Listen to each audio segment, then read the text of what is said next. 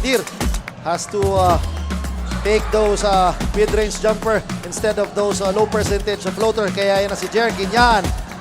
Kicks it out to Bang Sablaon for 3. Bang! Para sa Naga. Ayan na si Bang against Vivares.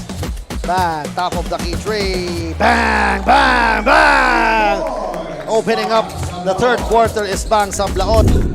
Ayan na si Sablaon, crosses over against Vivares. And one for Bang Sablaon sa ating laro. That one was brought to you by Hotel Venetia. Yes, Bang Sablaon with a short stab. Lucky bounce for Bang. Bang. Stops and pop for 3. Bang! Bang! Bang! Bang! Head. Double team, triple team. Aureliano is ahead. Aureliano drops the ball to Bang Sablaon and scores Yan ang easily. sinasabi ko sa iyo. If you cannot make those... But there is Tidwasa to clean up the mess. But a sorry miss. Sablaon is flying for 2.